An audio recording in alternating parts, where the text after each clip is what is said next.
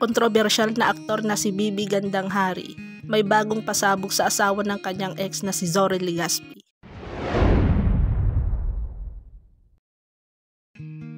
May bagong pasabog ang dating aktor na si Rostom Padilla na mas kilala natin sa ngayon na si Bibi Gandang Hari tungkol sa kanyang mga nakaraan. Isa na nga dito ang kanyang pagbubunyag sa pagkatao ni Zoren Legaspi na siya namang husband ng kanyang dating asawang si Carmina Villaruel. Sinagot kasi nito ang ilan sa mga isyong nag-uugnay sa kanya na anak niya di umano ang kambal na sila Mavi at Cassie Legaspi. At sa katunayan, ang isyong ito ay umabot na ng halos 2 dekada dahil sa pananahimik pa rin ng kampo na mag-asawang Carmina at Zoren Legaspi. Halos taon-taon na lang na binabato ng tanong ang ilan sa mga showbiz media at kilalang personalidad sa industriya ang mag-asawa, pero tikom pa rin ang bibig ng mga ito. Patuloy pa rin ang pamamayagpag ng isyong ito na nababalot sa tunay na pagkatao ng kambal na sina Mavi at Cassie.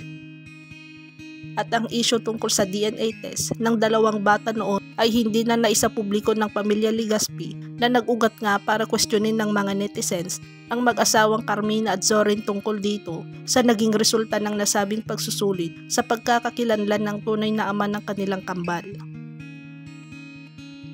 Hindi mawari na tila may tinatago ng sekreto ang pamilya Legaspi tungkol sa bagay na ito na pilit namang tinatabunan ng ilang malalaking issue sa showbiz.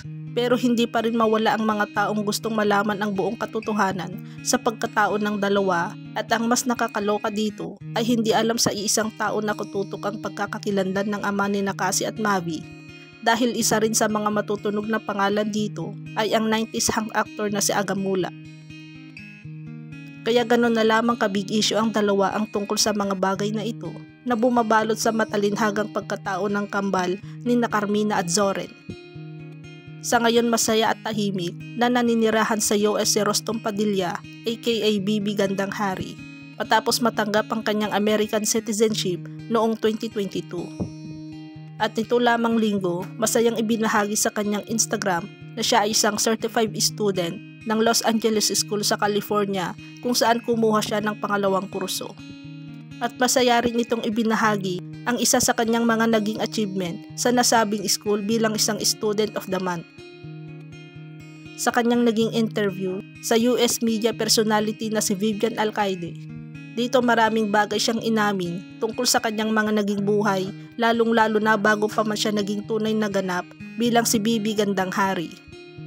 Dito rin niya tinuldukan ang matagal ng isyu na inuugnay sa kanya tungkol sa di umano'y siya ang totoong ama ng 2 anak ni Carmina at Zoren na sina Mavi at Cassie. Siya mismo ay saksi kung paano hinaharap ng mag-asawang Carmina at Zoren ang mga isyu na binabato sa kanila sa matagal na panahon. At real talk naman, talagang hirap na ang mga ito dahil hinaharap ang sakit na kanilang nararamdaman sa tuwing binabash ang mga ito ng mga netizens na may kaugnayan sa pagkatao ng mga bata at maging sa buhay pag-ibig ang mga ito. Pero alam niya kung anong meron ang mag-asawa, lalong-lalo na sa kanyang ex na si Carmina, dahil sinabi nitong isang malakas at matapang na tao ang kanyang dating asawa at hindi ito basta-basta bibigay sa mga pagsubok sa kanyang buhay.